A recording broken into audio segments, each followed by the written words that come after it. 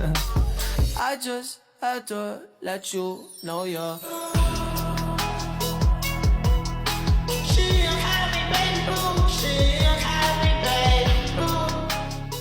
Assalamualaikum warahmatullahi wabarakatuh. Perkenalkan, nama saya Olivia Indrayani dengan NIM A1H1240448. Di sini saya akan menjelaskan tentang dasar-dasar manajemen PAUD, konsep, karakteristik, dan implementasi manajemen PAUD. Pertama-tama, terima kasih kepada Ibu dosen pengampu mata kuliah ini, yaitu Ibu Dr. Siti Rahmaniar Abu Bakar, SPD, MPD. Langsung saja kepada materi, yaitu yang pertama adalah bab 1 tentang hakikat pendidikan anak usia dini atau PAUD. Yang pertama atau A, pengertian pendidikan anak usia dini. Anak usia dini atau PAUD adalah upaya pembinaan yang ditujukan bagi anak sejak lahir hingga usia 6 tahun guna memberikan kesiapan belajar di jenjang pendidikan dasar.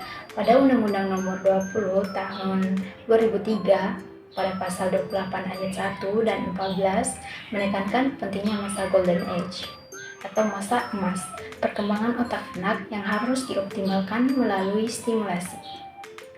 Pendidikan yang tepat melalui jalur penyelenggaraan PAUD dibagi menjadi 3 kategori, yaitu jalur formal seperti TK, jalur non-formal seperti kelompok bermain, serta jalur informal seperti pendidikan keluarga.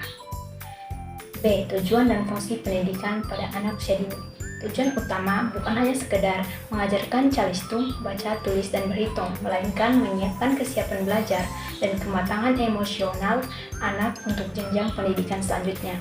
Fungsi dari penyelenggaraan PAUD antara lain: yang pertama adalah sebagai upaya pemberian stimulus pengembangan potensi fisik, jasmani, dan indrawi melalui metode yang dapat memberikan dorongan perkembangan fisik atau motorik dan fungsi anak. Yang kedua, memberikan stimulus pengembangan fungsi akal dengan mengoptimalkan daya kognisi dan kapasitas mental anak melalui metode yang dapat mengintegrasikan pembelajaran agama melalui upaya mendorong kemampuan kognitif anak. Yang ketiga, memberikan stimulus pengembangan motivasi, hasrat, dorongan, dan emosi yang benar sejalan dengan tuntutan agama. Selanjutnya, bab 2, tumbuh kembang anak usia dini. Yang pertama, anak usia dini ditinjau dari sudut pandang fisiologis. Fisiologis adalah sesuatu yang berhubungan dengan fisiologi atau cabang biologi yang mempelajari susunan dan fungsi normal tubuh serta mengikuti proses alami tubuh. Perkembangan otak dan pertumbuhan badan pada anak sangat mempengaruhi perkembangan motoriknya. Perkembangan motorik merupakan perubahan secara progresif pada kontrol dan kemampuan untuk melakukan gerakan yang diperoleh melalui interaksi antara faktor kematangan atau maturation dan latihan atau pengalaman experience selama kehidupan yang dilihat melalui pergerakan yang dilakukan. Perkembangan motorik meliputi perkembangan motorik kasar dan motorik halus. B. Anak usia dini ditinjau dari sudut pandang psikologi. Psikologi sesuatu yang berhubungan dengan psikis yang berupa jiwa atau pikiran manusia. Pada sudut pandang psikologi, perkembangan anak dipetakan ke dalam 4 aspek. Yang pertama, agama dan moral. Yang kedua adalah kognitif. Yang ketiga adalah bahasa. Dan yang keempat adalah sosial emosional. Selanjutnya adalah bab 3, kurikulum pendidikan anak usia dini. Yang pertama atau A, program pengasuhan. Pengasuhan berasal dari kata asuh yang berarti menjaga, membimbing, dan memimpin anak kecil. Sementara pengasuhan adalah proses, cara, atau perbuatan menjaga dan membimbing anak usia dini agar tumbuh kembangnya berlangsung optimal. Kata asuh dalam konteks PAUD menjadi filosofi utama dalam pendidikan anak usia dini, yaitu tempa, asa, asih, dan asuh. Ada 3 model pola asuh guru PAUD terhadap anak yang lazim digunakan. Yang pertama yaitu pola asuh otoriter, yang kedua adalah pola asuh demokratis, dan yang ketiga adalah pola asuh permisif. B. Program pembiasaan. Pembiasaan dapat diartikan sebagai suatu perilaku yang sengaja dilakukan secara berulang-ulang agar perilaku tersebut dapat menjadi kebiasaan. Pembiasaan berintikan pada pengalaman sehingga yang dibiasakan adalah sesuatu yang diamalkan. C. Program pembelajaran terhadap beberapa langkah dalam menyusun program pembelajaran PAUD.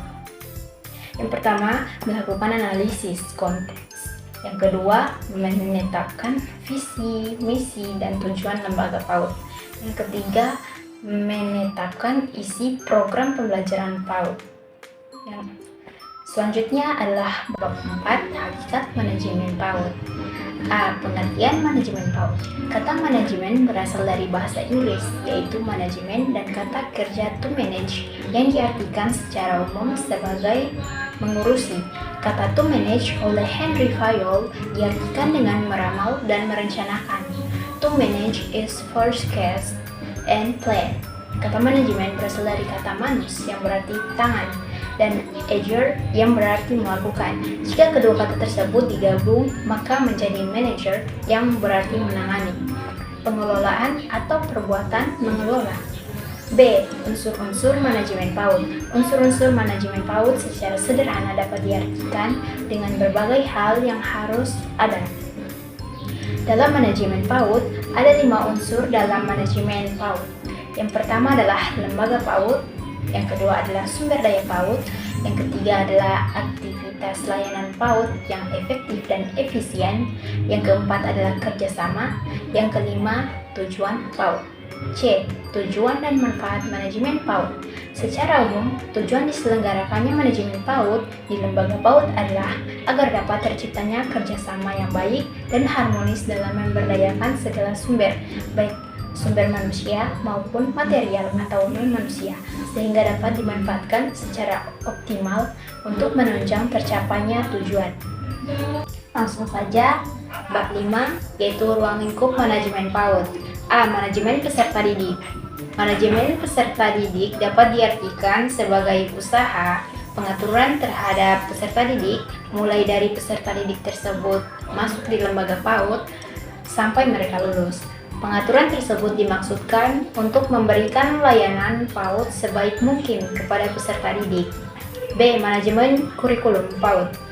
Manajemen kurikulum PAUD adalah suatu sistem pengelolaan kurikulum yang kooperatif, komprehensif, dan sistematis dalam rangka mewujudkan ketercapaian tujuan PAUD. C. Manajemen sumber daya manusia atau SDM PAUD. Manajemen SDM PAUD dapat didefinisikan sebagai usaha merencanakan, mengorganisasikan, menggerakkan, dan menilai SDM PAUD sehingga mampu memberikan kontribusi sebesar-besarnya bagi pengembangan lembaga PAUD dan pencapaian tujuan PAUD. D. Manajemen sarana dan prasarana PAUD. Manajemen sarana dan prasarana PAUD adalah segenap proses pengadaan dan pendayagunaan sarana dan prasarana PAUD yang digunakan untuk mendukung tercapainya tujuan PAUD secara tepat guna dan tepat sasaran. E. Manajemen keuangan PAUD. Manajemen keuangan PAUD dalam arti sempit adalah tata pembukuan di bidang PAUD pada lembaga PAUD. Sementara dalam arti luas, manajemen keuangan PAUD adalah pengurusan dan pertanggungjawaban dalam penggunaan keuangan di lembaga PAUD. F. Manajemen hubungan masyarakat. Manajemen hubungan masyarakat adalah proses mengelola komunikasi mulai dari kegiatan perencanaan sampai pada pengendalian terhadap proses dan hasil kegiatan layanan PAUD. Bab 6. Perencanaan lembaga PAUD. A. Pengertian perencanaan lembaga PAUD. Perencanaan berasal dari kata rencana.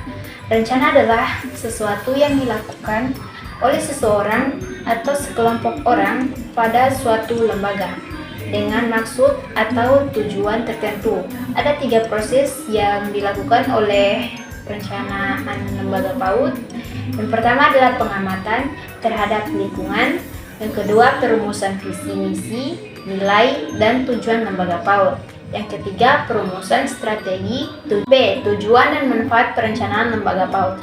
Secara umum, tujuan dari perencanaan lembaga PAUD adalah untuk mendapatkan rumusan tujuan PAUD yang hendak dicapai oleh suatu lembaga PAUD, serta mendapatkan berbagai deskripsi mengenai langkah-langkah yang harus dilakukan untuk mencapai tujuan PAUD. Selanjutnya, bab 7, pengorganisasian lembaga PAUD. A. Pengertian pengorganisasian lembaga PAUD. Organisasi berasal dari kata organon yang dalam bahasa Yunani berarti alat atau sarana. Dalam bahasa Inggris berasal dari kata organizator yang berarti proses pengaturan kelompok, masyarakat, atau sistem. B. Proses pengorganisasian lembaga PAUD. Proses pengorganisasian lembaga PAUD yaitu mendesain struktur lembaga PAUD, mendesain pekerjaan, membentuk tim kerja, menjalin kerjasama sosial dengan masyarakat. C. Tujuan dan manfaat pengorganisasian lembaga PAUD.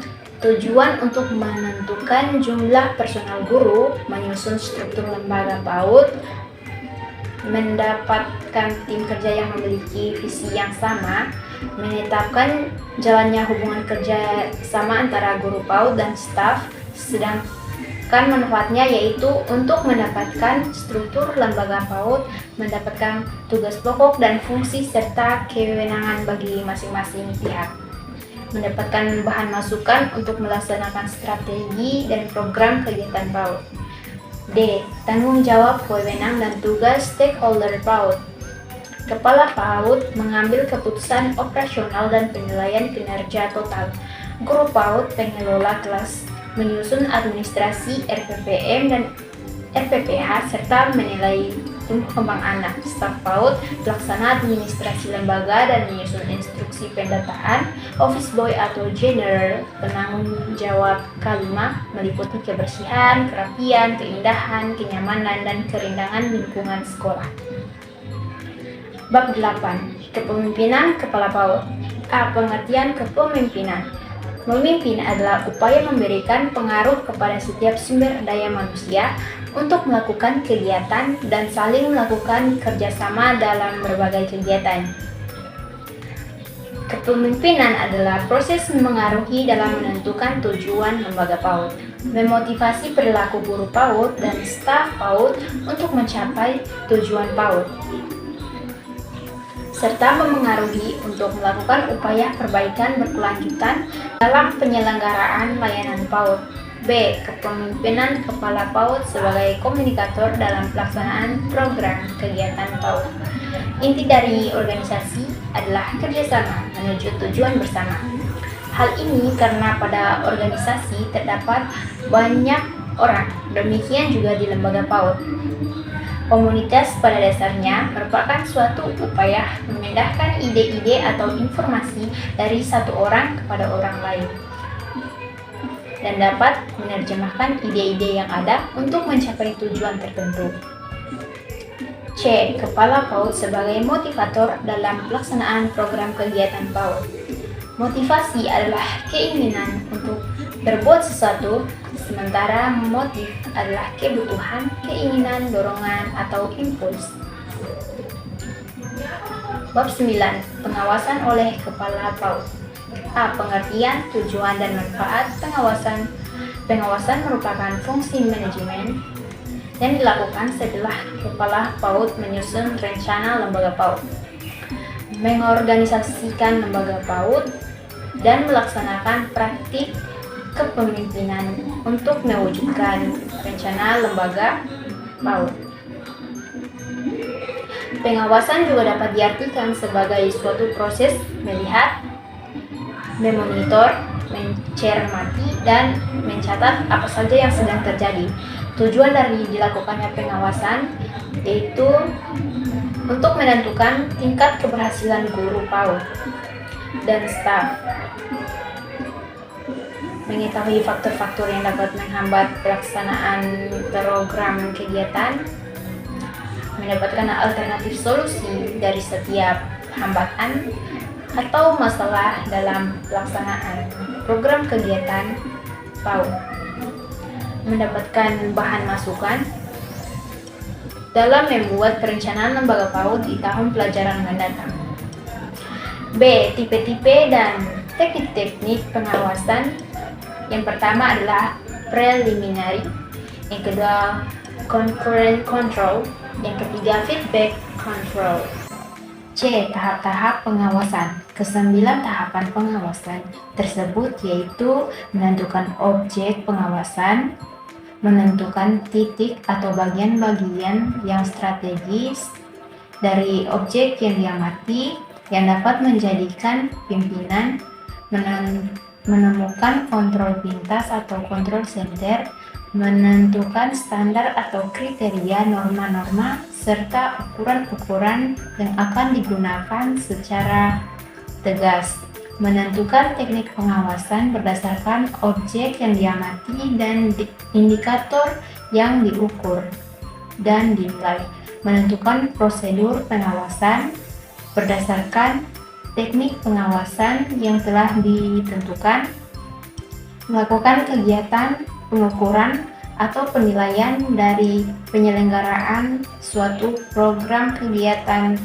PAUD dengan menggunakan teknik pengawasan yang telah ditentukan dan SOP pengawasan yang telah ditetapkan, menentukan devisi dengan jalan membandingkan performance dengan standar atau kriteria yang telah ditetapkan, mengadakan tindakan koreksi atau perbaikan terhadap performance, rencana maupun standar, menentukan inklusi akhir sebagai bahan untuk melakukan upaya perbaikan berkelanjutan. Baik, itu saja materi yang bisa saya sampaikan. Bila ada salah kata mohon dimaafkan. Wabillahi taufiq wal hidayah. Wassalamualaikum warahmatullahi wabarakatuh. I just had to let you know you're